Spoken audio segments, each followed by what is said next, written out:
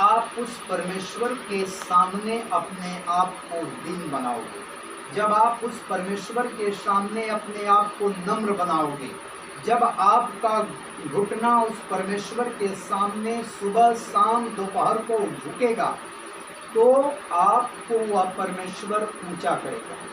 इसीलिए याकूब की पत्री अध्याय 4 वचन 10 में लिखा है कि प्रभु के सामने दीन बनो तो वह तुम्हें शिरोमणि बनाएगा। याकूब की पत्री अध्याय 4 वचन 10। आपको श्रेष्ठ नहीं, आपको सर्वश्रेष्ठ बनाएगा। आप उसकी बुलाहट को समझो, उसने मुझको ही क्यों चुना। उसकी बुलाहट को जान जाओगे कि उसने इतने लोगों के बीच में मुझको ही क्यों चुना, क्योंकि वह आपको ऊंचा करना चाहता है। वह आपको ऊंचा करना चाहता है। और परमेश्वर का स्वभाव है, यहोवा परमेश्वर का स्वभाव है। लिखा है कि यहोवा ही मारता है और यहोवा ही जिलाता है। वही अधोलोक में डालता है और उससे निकालता है। यहोवा ही ऊंचा करता है और यहोवा ही नीचा करता है। और यहोवा ही निर्धन करता है और यहोवा ही धनी बनाता है।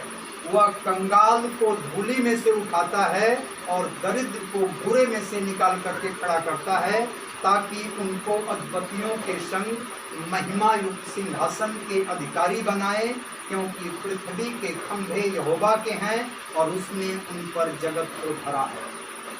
पहला शमूएल अध्याय 2 वचन 6 से लेकर के 8 तक कहता है कि आप एक पूरे दान में सोने वाले मनुष्य हों, आपके शरीर पर वस्त्र नहीं हो, आपको खाने के लिए रोटी मोहताज हो, लेकिन उसकी दया जब ऐसे भिखारियों पर हो जाती है, वह जो बूढ़े के पास कूड़ा कचरा के पास सोते हैं, कहता है उनको वह ऐसा धनवान बनाता है, उनके शरीर पर ऐसा वस्त्र डालता है, इस पृथ्वी के राजा देख करके उस वस्त्र को घबरा जाते हैं।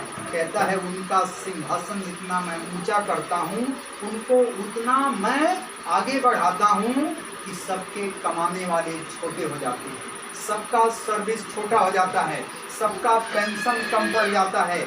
आपको वह इतना ऊंचा बनाने के लिए कूड़ा कचरा उठाने वाले को वह परमेश्वर ऊंचा उठाता है, उसका प्रोमिस है।